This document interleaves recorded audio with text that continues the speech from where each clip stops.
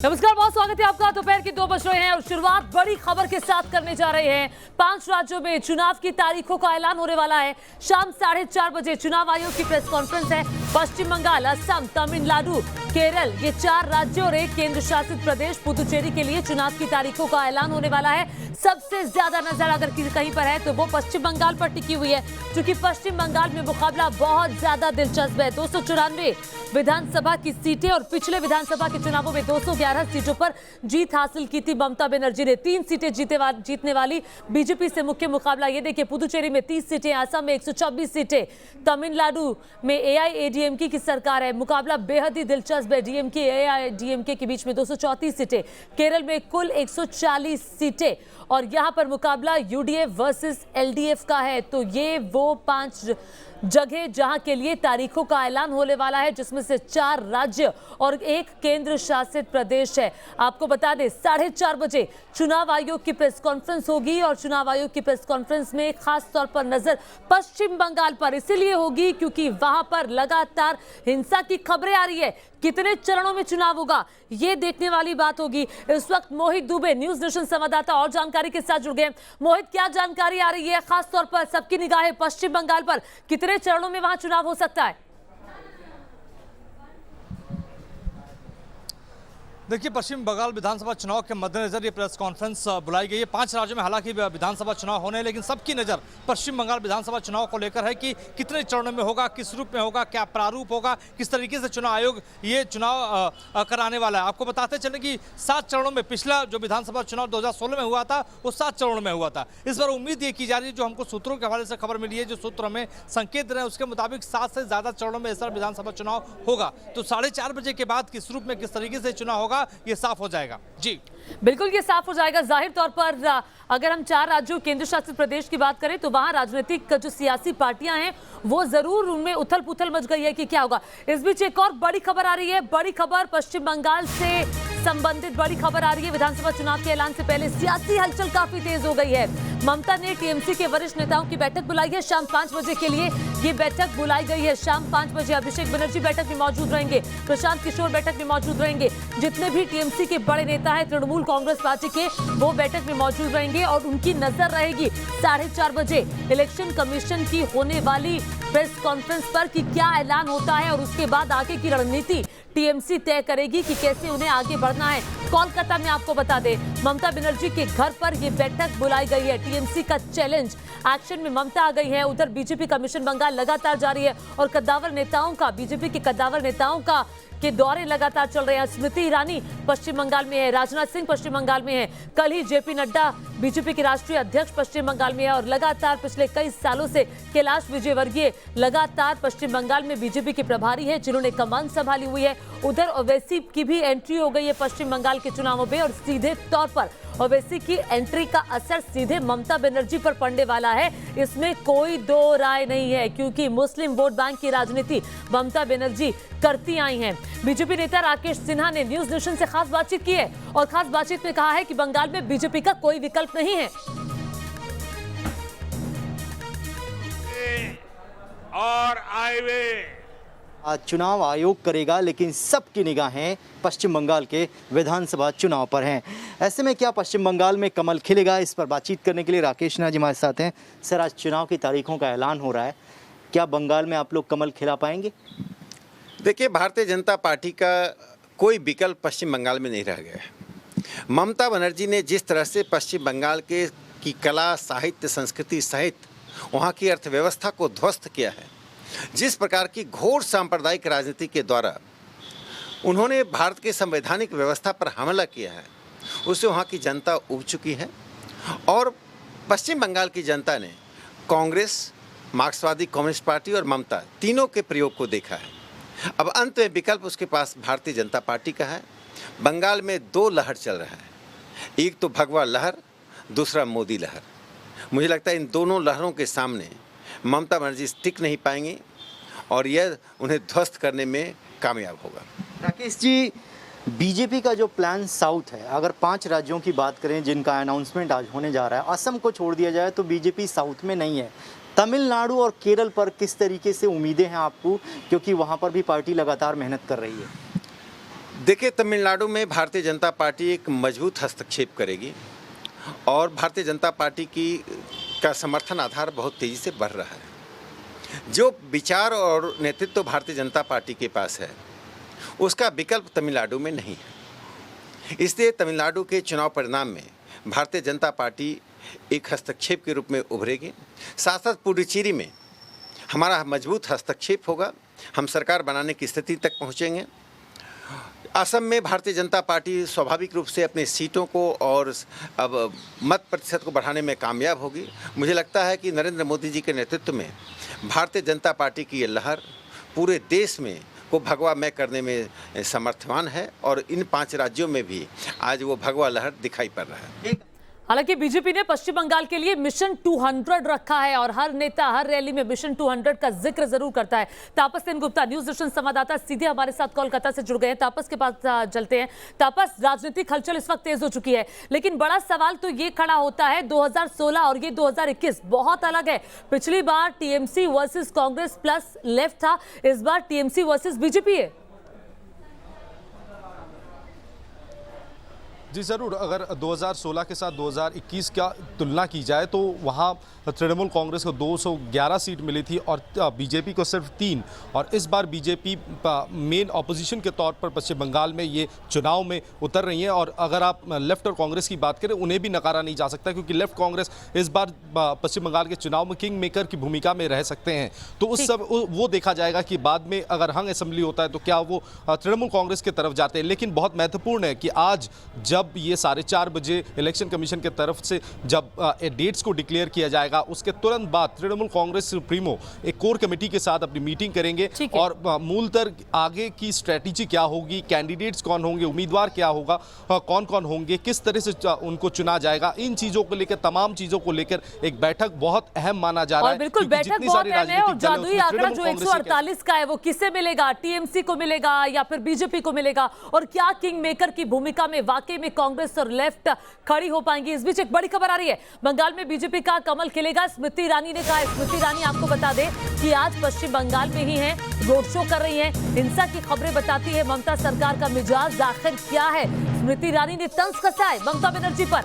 बंगाल में बीजेपी को भारी समर्थन मिल रहा है। स्मृति ईरानी ने कहा कि बंगाल में बीजेपी की जीत होगी और बीजेपी ही सरकार बनाने जा रही है। 4:30 बजे इलेक्शन कमीशन तारीखों का ऐलान करने वाला है। आपको सुनाते हैं स्मृति ईरानी ने क्या कहा। Violence has defined the reign of Mamata Banerjee, and it is that where democratic voices across Bengal have decided that they will make sure that the TMC this time loses the assembly election. We are grateful that the people of Bengal are coming out in large numbers to support us, either in the yatra or in the programs that are being done by our senior leadership. That is indicative that this time in West Bengal you will see the lotus blossom. Regarding the CBI and the EDI, the questioning that's going on, Madam, I'm not a representative of those agencies, hence I cannot answer on their behalf. तो काफी आश्वस्त दिखाई दे रही है स्मृति ईरानी। उनका कहना है कि देखिए ममता बनर्जी का मिजाज दिखाई देता है, जो हिंसा की खबरें प्रदेश में आ रही हैं। तापस लगातार हमारे साथ बने हुए हैं। तापस, सबसे बड़ा सवाल तो ये खड़ा होता है कि कितने चरण में अब चुनाव वहां पर होंगे, क्योंकि लगातार जो हिंसा की खबरें आ रही हैं और जिस तरह से राज्यपाल कितनी बार निशाना साध चुके हैं, ऐसे में बहुत बड़ी चुनौती चुनाव आयोग के सामने होने वाली है।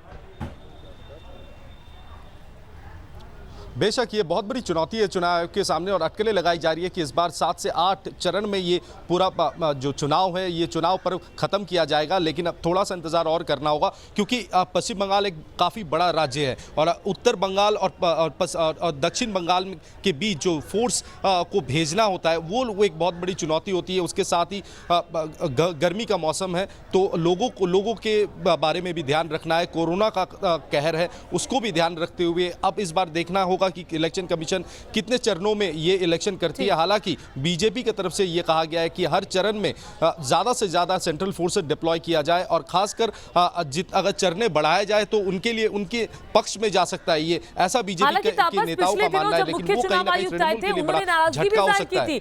उन्होंने राज्य की कानून व्यवस्था को लेकर नाराजगी जाहिर की थी और उसके बाद उनको भरोसा दिया गया था कि कानून व्यवस्था ठीक कर ली जाएगी। और तस्वीरें जरा देख लीजिए, ये तस्वीरें पश्चिम बंगाल की है, जहां पर लगातार देखिए किस तरह से बीजेपी के जो नेता हैं वो लगातार पहुंच रहे हैं। स्मृति ईरानी इस वक्त पश्चिम बंगाल में ही हैं। ये एक रैली जा रही है, रोड शो जा रहा है, राजनाथ सिंह भी मौजूद हैं और ये तस्वीरें हम आपको लगातार दिखा रहे हैं। स्मृति ईरानी इससे पहले रोड शो कर रही थी, जिन्होंने आश्वस्त काफी दिखाई दे रही थी, जिनका कहना था कि देखिए बीजेपी की सरकार बनने जा रही है, इस बार कमल खिलेगा बीजेपी का। देखना होगा कि क्या होगा चुनाव की तारीखों के बाद, जब नतीजे आएंगे तो क्या होगा। 148 का जादुई आंकड़ा जो है पश्चिम बंगाल में, वो किससे मिलने वाला है। 294 विधानसभा की सीटें। और देखिए, ध्यान रखिए, बीजेपी जो लगातार टीएमसी के सामने चुनौती पेश कर रही है, ये वो बीजेपी है जिसने 2016 में महज 3 सीटें हासिल की थी, लेकिन उसके बाद जो लोकसभा के चुनाव हुए उसमें बेहतरीन प्रदर्शन किया, 18 सीटें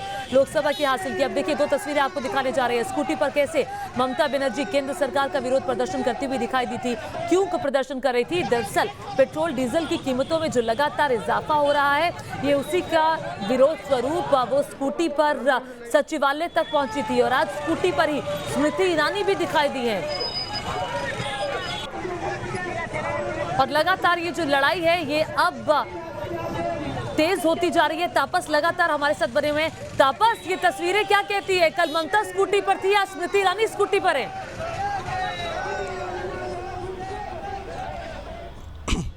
देखिए, पश्चिम बंगाल की राजनीति जिस तरफ जा रही है, ये साफ तौर है, ये टिट फॉर टैट जो तकनीक है ये बीजेपी की तरफ से अपनाया जा रहा है। जो ममता बनर्जी कर रही है, कहीं ना कहीं उसे काटने के लिए एक और नया प्लान बीजेपी की तरफ से लाया जा रहा है। कल हमने देखा कि किस तरह से ममता बनर्जी विरोध प्रदर्शन करते हुए ई स्कूटी पर वो सचिवालय गई और वापसी पर अपने घर वो ई स्कूटी चलाकर वो आई घर। तो आज स्मृति ईरानी जब दक्षिण 24 परगना के दौरे पर है, आज हमने स्मृति ईरानी को भी देखा कि वो भी एक स्कूटर पर सवार होकर वो रैली में हिस्सा ली थी। कहीं ना कहीं अगर महिला फेस की बात की जाए, मोहित, आप बताइए, चूंकि आप राजनीति को लंबे अरसे से कवर करते रहे हैं, आपने टीएमसी की राजनीति को, कांग्रेस की राजनीति को बहुत नजदीक से देखा है, इस बार और पिछली बार में कितना अंतर आपको दिखाई दे रहा है?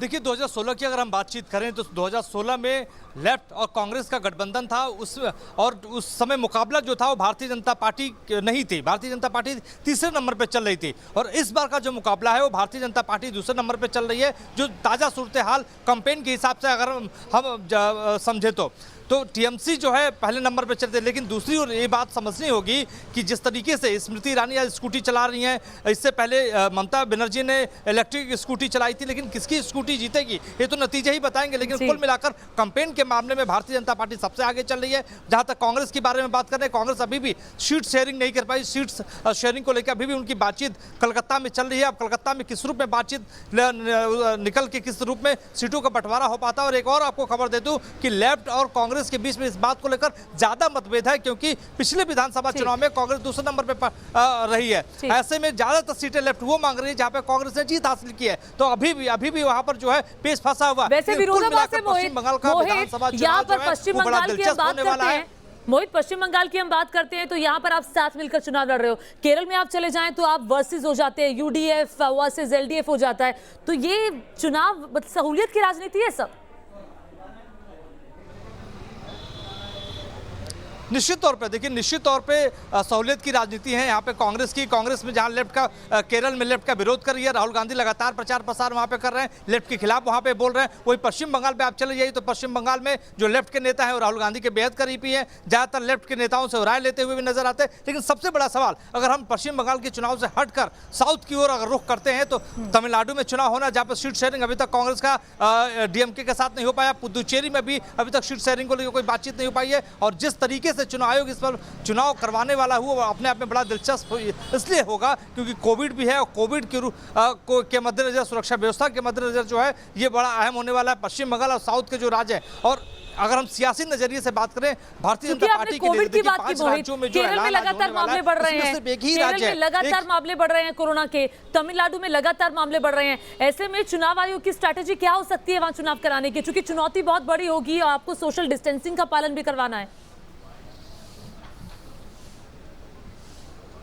देखिए, बिहार विधानसभा चुनाव आपने देखा था कि वहां पर कोविड के प्रोटोकॉल्स फॉलो किए जा रहे थे और कोविड के मद्देनजर ये चुनाव कराया गया था। एक बड़ा इम्तिहान था चुनाव आयोग के लिए और वहां पर चुनाव संपन्न भी हुआ। वही क्योंकि लगातार जिस तरीके से केसेस केरल में, तमिलनाडु में, असम में बढ़ रहे हैं और पश्चिम बंगाल में भी बढ़ रहे हैं, उसको देखते हुए पश्चिम जो चुनाव आयोग है वो नई रणनीति के साथ उतरेगा। और जो पिछली जो कोविड के प्रोटोकॉल्स थे उसको इन चुनाव में भी फॉलो किया जाएगा। जो हमें अभी सूत्रों से संकेत मिल रहा है, सूत्रों के हवाले से खबर मिल रहे हैं कि कोविड को लेकर कोई भी लापरवाही चुनाव आयोग इस चुनाव में बरतता हुआ दिखाई आपको नहीं देगा। मास्क आपको लगाना अनिवार्य होगा। इसके अलावा सैनिटाइजर का इस्तेमाल किया जाएगा और ज़्यादा 5 लोगों से ज़्यादा जो है कोई व्यक्ति एक जगह इकट्ठा नहीं हो सकता है। तो सारे जो प्रोटोकॉल्स है जो पिछले चुनाव में शामिल हुए थे वही प्रोटोकॉल इस विधानसभा चुनाव में भी आपको दिखाई देंगे। चुनाव आयोग की ओर से दिशा निर्देश जारी किया जाएगा। मोहित बने रहिए, तापस लगातार कोलकाता से हमारे साथ बने हुए हैं और आइए अपने दर्शकों को बता देते हैं कि जहां जहां चुनाव होने वाले हैं वहां की स्थिति क्या है। देखिए, बंगाल में क्या, बंगाल में चुनाव है, पश्चिम बंगाल में कहां चुनाव होने वाले हैं मैप के जरिए हम आपको दिखा रहे हैं। इधर आसाम में चुनाव है, आपको बता दें पश्चिम बंगाल में 294 सीटें हैं, इसके अलावा असम में 126 सीटें हैं और पुदुचेरी में 30 सीटें हैं। केरल की अगर हम बात करें तो केरल में 140 विधानसभा की सीटें हैं और तमिलनाडु पर आ जाए तो 234 विधानसभा की सीटें जहां पर चुनाव होने वाले हैं। तो 4 राज्य हैं और एक केंद्र शासित प्रदेश पुदुचेरी जहां पर चुनाव की तारीखों का ऐलान 4:30 बजे होगा। और जैसे ही बड़ी खबर आएगी हमारी नजर बंदी रहेगी और उसके लिए सबसे पहले आप देखते रहिए न्यूज नेशन। बड़ी खबर के लिए लगातार हमारे संवाददाता हमारे साथ बने हुए हैं। बहुत बहुत शुक्रिया मोहित आपका इस तमाम जानकारी के लिए। तापस आपका कोलकाता से जुड़ने के लिए बहुत बहुत शुक्रिया।